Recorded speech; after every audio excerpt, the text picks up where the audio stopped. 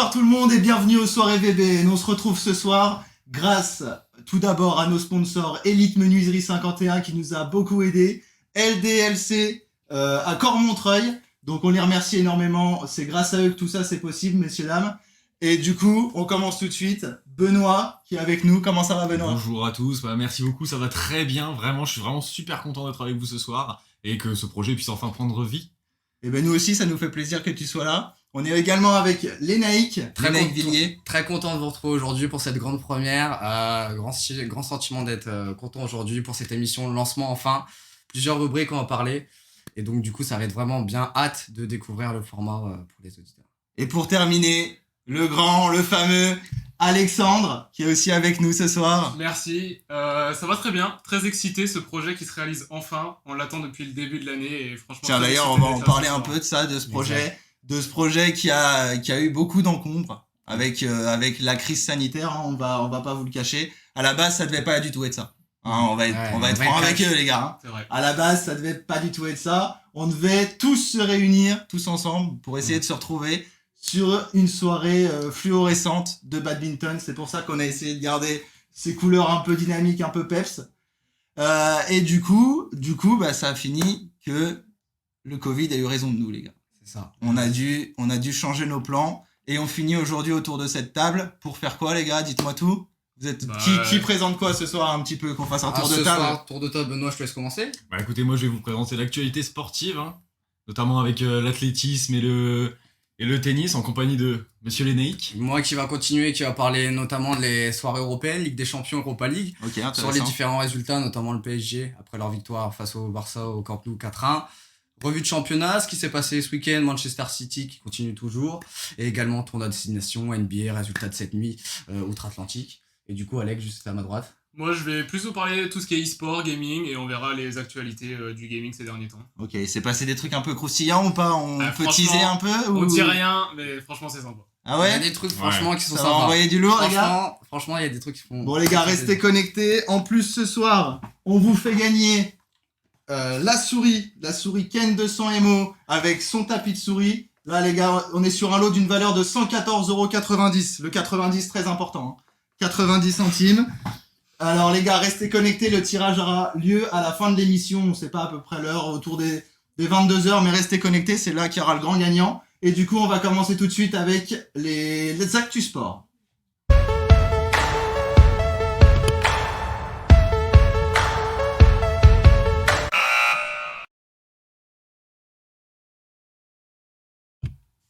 Donc du coup on va commencer. Première rubrique en ouverture de cette soirée, on va parler Ligue des Champions, Coupe d'Europe avec les différents résultats qui ont eu lieu. Notamment la victoire de Liverpool à Leipzig 2-0. Autre résultat, celui de Dortmund, les Allemands qui continuent en Ligue des Champions à être notamment très très performants avec Erling Haaland, auteur d'un doublé une nouvelle fois. Excuse-moi, je te coupe, mais j'ai comme l'impression que t'as passé quelque chose en première ligne. Et justement, je sais, j'en étais sûr que t'allais me dire ça. C'est pour la fin, le meilleur pour la fin. Je me disais là, tu nous as préparé une rubrique, mais t'as mal travaillé. Ouais, je peux te le dire, j'étais sérieux. Bon, On verra le meilleur pour la fin. La France, le PSG pour la fin, évidemment, on y rebondira. T'as bien fait de me le dire. C'est vrai que ça a été beau ce qui s'est passé. C'est vrai. 3-2, victoire du coup de Dortmund. Et puis, comme tu l'as dit, Pierre, faut aborder le PSG, le Paris Saint-Germain. Victoire, on se souvient en 2017. La défaite 6-1, la remontada. Ça fait beaucoup de mal pour de nombreuses personnes, dont moi notamment. Surtout que là, je vois 2-3 supporters du PSG, là. PSG dans le chat, là. Des supporters du PSG dans le chat ou pas? Ça s'enflamme un peu. Ça écrit un peu, ça discute. Ouais, ça discute sur le foot. Le foot, ça vous plaît, apparemment. Du coup, victoire du Paris Saint-Germain, 4-1. Faut parler notamment de la performance de l'équipe, mais surtout d'un joueur. Je vous laisse dire le nom. Je sais pas, moi je dirais Barthez. Kylian Mbappé, auteur d'un triplé, homme du match, élu meilleur joueur. Triplé, match absolument réussi de la plupart des Parisiens. Marco Verratti, positionné par Pochettino, nouvel entraîneur depuis 2 mois en tant que numéro 10. Icardi, remise, pas de but, mais un travail exceptionnel, un travail d'attaquant, de pointe, de pivot, de remise. Et globalement, une performance réussie, victoire 4-1. Pour l'équipe en général, c'est ça qu'on peut saluer. C'est pas non plus parce qu'un joueur a fait le triplé que c'est forcément lui qui a maintenu toute l'équipe tout au long du match. Une équipe très compacte, très solidaire tous ensemble, donc c'est ça qu'on retiendra, une belle victoire. On connaît le Paris Saint-Germain par les années précédentes, Manchester United, Barcelone, mais là c'est plutôt un Barça qui reste assez malade, notamment avec les différentes affaires, le Barça Gate qu'il y a aujourd'hui par rapport aux sommes, au budget, au transfert qui reste assez bizarre si je puis dire ce mot. Et donc du coup, match retour dans 2 semaines au Parc des Princes. T'en penses quoi, toi, de ce match retour? Tes pronostics? Confiant. Regarde, là, il y a un peu. Pronostic, il y a un peu live. dites-vous- Les naïcs statistiques. dites-vous- On aurait dû créer la rubrique, les Ouais. gars, on s'est trompé. Dites vos pronostics d'ailleurs dans le chat, ça nous fait toujours plaisir. Je suis confiant. C'est un Barça qui est assez malade, qui a du mal, avec Ronald Koeman et puis les affaires, Messi est un peu seul au sein de l'équipe. Donc je dis une victoire du Paris Saint-Germain, je pense, suite aux derniers événements, notamment 2017, je vois bien une victoire 3-0. Avec le retour de Neymar, on l'espère. On nous dit 3-1 dans le chat. 3-1 au retour. 3, on espère. Moi 3-0, je vois une victoire 3-0. À 3-0, Une carrément. belle victoire 3-0, je pense que l'âge de guerre n'est pas enterré. Franchement, moi je pense pas. tu penses Parce pas que je pense qu'ils vont jouer ultra défensif pour regarder le score du match aller. Et je Ok. pense qu'ils vont absolument miser la qualification. Même Ce si, Ah, sera pas un peut-être, très gros peut-être. sport. Hein, très même gros si score. tu penses qu'ils vont retenir les leçons du passé, ils vont. Je pense jouer- qu'ils vont flipper là-dessus quand même. Ouais, c'est Mais possible. je On pense parle qu'ils vont même de jouer- remontada dans le chat. Ouais, bah, ça c'est parle même de possible. remontada, Ouais, attention. remontada, on verra. Ça serait incroyable. Ah, ça serait historique Ça serait et beau. dur pour le foot français. On rappelle Ah, que le Paris Saint-Germain Oui, est quand son même. représentant. Il faut rester focus sur le foot français, c'est vrai, il faut soutenir Exact. la patrie. Ok, et donc du coup, voilà, par la suite, on va parler des différents résultats, notamment Chelsea, qui s'impose 1-0 sur la pelouse de l'Atlético Madrid, but de Giroud, retourne acrobatique. Le fameux. C'est pas son premier, et ça, je pense pas que ça sera son dernier. La machine a marqué Lewandowski, qui a encore fait très très mal aux Italiens face à la Lazio, victoire 4-1, avec notamment un très gros match de Kingsley Coman, avec une accélération sur 50 mètres pour servir le roi Sané. Et la Juventus de Turin qui confirme un peu son année assez calamiteuse dans le doute, malgré Andrea Pirlo, l'ancien Bianconeri en tant que joueur. Défaite 2-1 face à Porto, à l'Estado do Dragao. Pardon.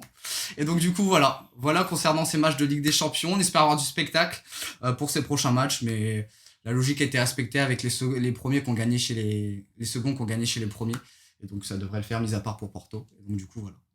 Très bien, super. Pour la suite, on va parler de l'Europa League, des derniers résultats, notamment la qualification du Milan AC après un match nul 2-2 à Prague et un match nul 1-1 à San Siro. Qualification également d'Arsenal, de Manchester United après un match nul 0-0, mais une victoire 4-0 à l'aller à San Sebastian.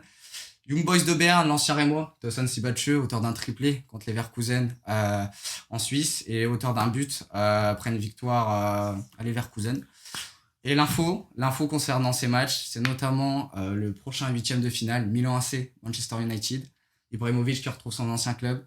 2 clubs mythiques qui a, Chose à pas louper, alors. qui a plus de 10 ans. On se rappelle Ronaldinho, Kaka, Maldini, des grosses affiches 2007, dont le match extraordinaire de Kaka en 2007. On espère avoir du beau spectacle, comme à chaque fois. Les Milanais qui sont 2e du championnat, normalement tout devrait être bon, donc il n'y a pas de souci à se faire. Bon, bah, Voilà. si pour toi, il n'y a pas de souci, Très Du bien. coup, c'est l'essentiel. ouais, on va faire revenu de championnat du coup. Maintenant, Allez, on va dis-nous passer. tout, vas-y, revue de Après championnat. la revenu de championnat, on va parler notamment de la Bundesliga. Le Bayern Munich est toujours premier avec 52 points, talonné par le Leipzig de Julian Nagelsmann. On rappelle qu'il a quand même 34 ans pour un entraîneur, ça reste très très jeune. 50 points. Et Wolfsburg 3e, on se rappelle champion d'Allemagne dans les années 2000 avec 45 points. Le B4B, le Borussia Dortmund, après leur victoire 3-0 face à l'Arminia Bielefeld, pointe à la 5e place, 39 points. Ça reste assez compliqué, ils vont changer de coach. Marco Rose, l'entraîneur de Mönchengladbach, va arriver normalement en septembre. Mais pour l'instant, tout semble pour le mieux. En bas de tableau, l'Arminia Bielefeld, du coup 16e avec 18 points. Suivi de Mayence avec 17 points. Et les derniers, Schalke 04, une seule victoire. 4 entraîneurs déjà limogés cette année. Ça reste compliqué, niveau budget, etc., niveau équipe. Ça s'annonce très très compliqué, voire mission impossible. Mais on sait jamais. Dans le foot, tout va très vite d'une année à une autre. Et donc, du coup, on va passer maintenant à la Première Ligue pour avoir fait le tour en Allemagne.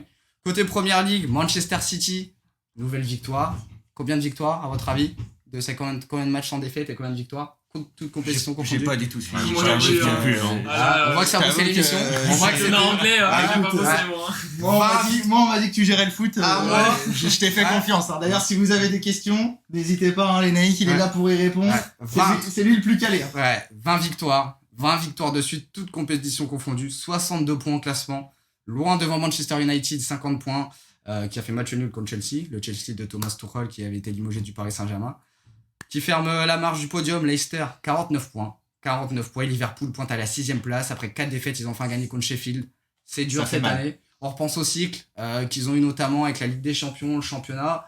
Là, on sent que le cycle est en train de souffler. Ça arrive. On pense au Real de Madrid, notamment avec Zizou, où ça a été assez compliqué.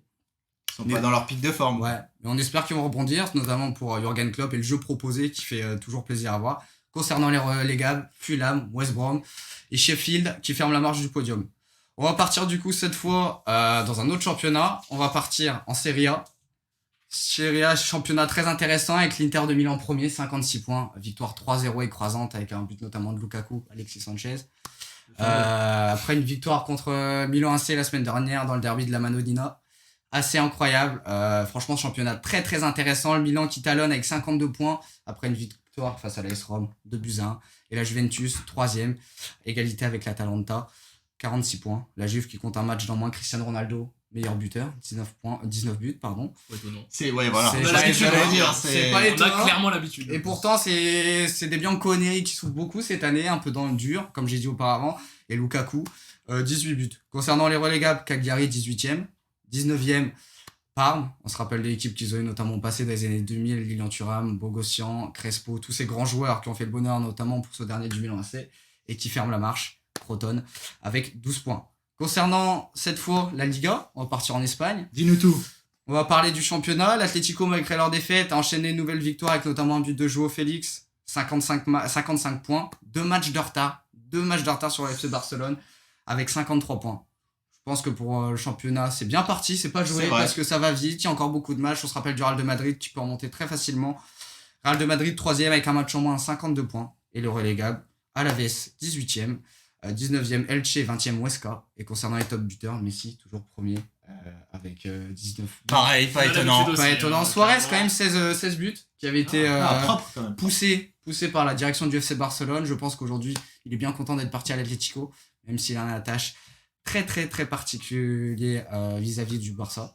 Et donc du coup voilà. Concernant les championnats, on a fait Tu le nous tour. as fait un véritable tour du monde. Ah bah là, le dernier, on va finir la Ligue 1.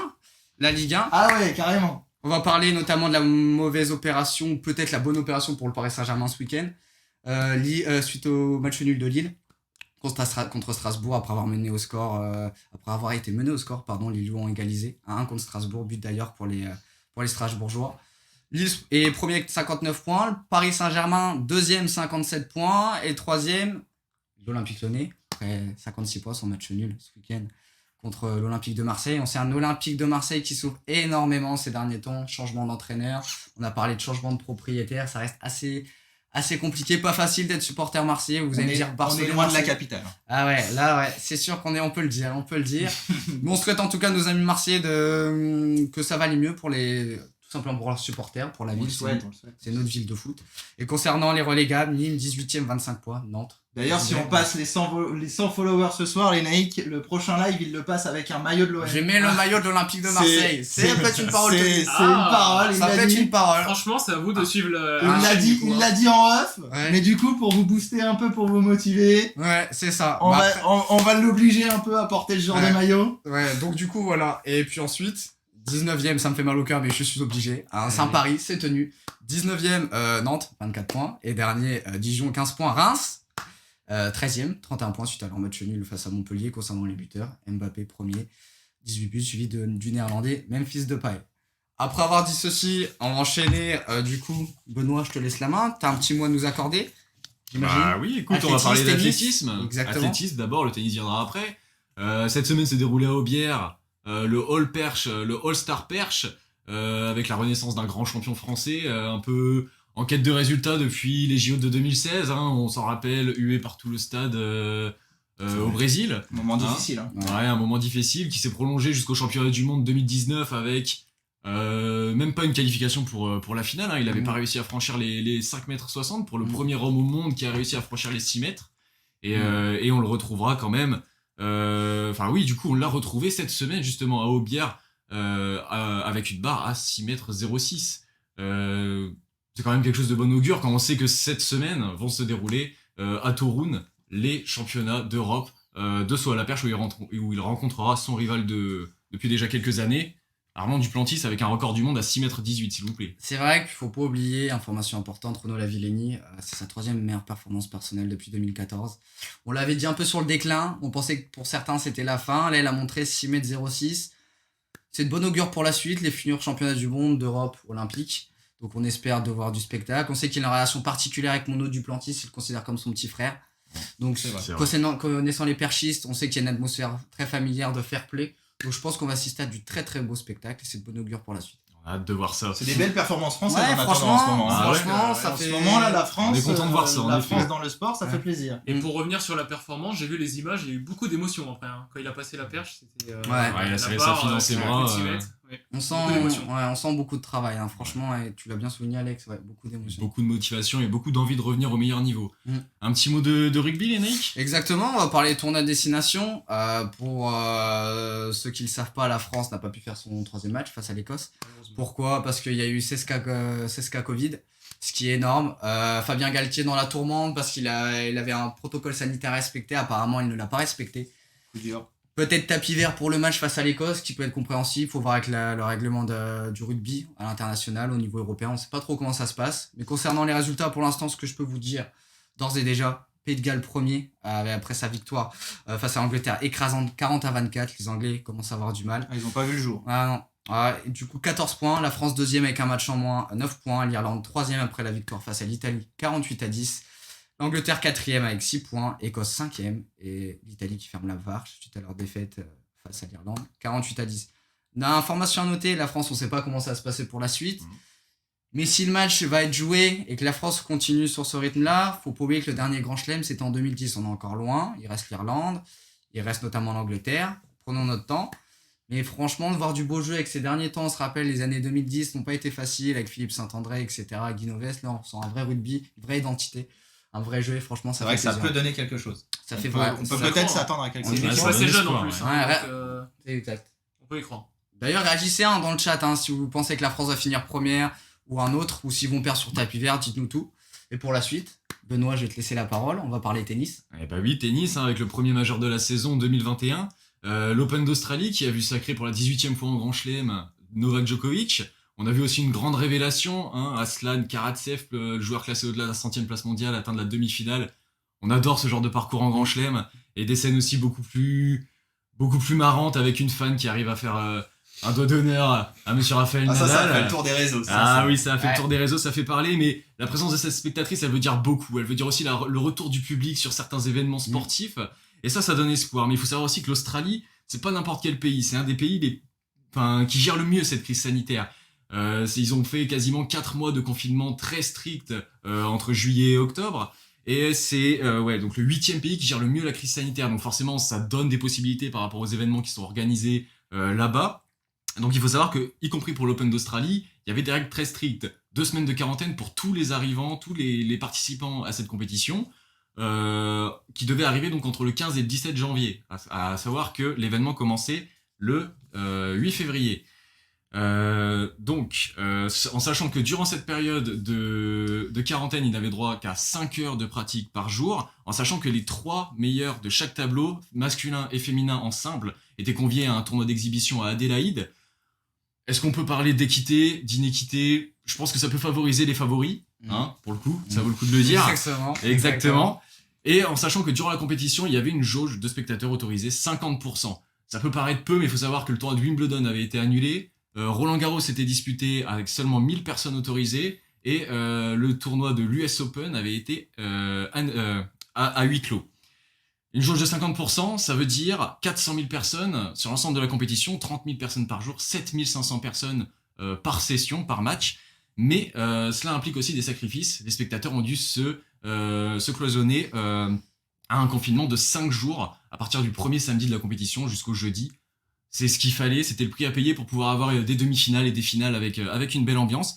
Mais là, je vais vous demander à vous tous, vous avec moi, vous aussi derrière votre écran, est-ce que vous pensez que ce confinement, ce type de mesures, c'est un sacrifice acceptable pour avoir des conditions de jeu et des nouveaux matchs, des ambiances un peu comme on avait avant?